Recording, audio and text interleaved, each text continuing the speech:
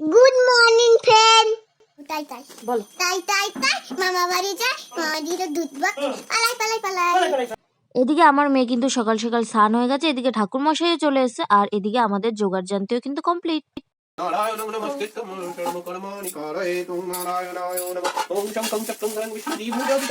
এই ছোট্ট সরস্বতী এখন কাসর বাজাচ্ছে। এই ছোট্ট সরস্বতীদের দেখতে কি যে ভালো লাগে তোমাদেরকে বলে বোঝাতে পারবো না। মোটামুটি সবার বাড়িতে যদি এরকম ছোট্ট একটা করে সরস্বতী থাকে তাহলে আর কি দরকার সরস্বতী পুজো দেওয়ার। ওদেরকে দিয়ে সরস্বতী পুজো হয়ে যাবে, ওরাই তো সরস্বতী, নিজেই একটা সরস্বতী, সে আবার অঞ্জলি দিতে বসে গেছে। যাক, মোটামুটি অঞ্জলি দেওয়া কমপ্লিট হলো। তারপর খেয়ে দিয়ে বিকেল বিকেল বেরিয়ে পড়লাম মেট্রো করে ঘুরতে। যাব হচ্ছে ময়দানে, ওখানে মোরকুঞ্জ বলে একটা পার্ক আছে, ইচ্ছে আছে ওইখানেই যাওয়ার। তারপর ময়দানে আড্ডা ফাড্ডা দেওয়া, ভিডিও বানানো রয়েইছে। তারপর চলে আসলাম ময়দানে।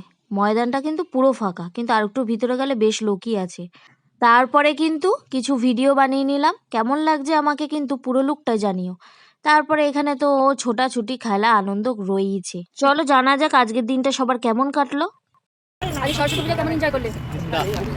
দারুণ এনজয়, আমিও খুব সুন্দর এনজয় করছি। দারুণ এনজয়, ফাটাফাটি। তুমি কেমন এনজয় করলে বলো? হ্যাঁ করে থাকবি বল। তুমি কেমন এনজয় করলে? খুব ভালো এনজয় করলাম। টাটা।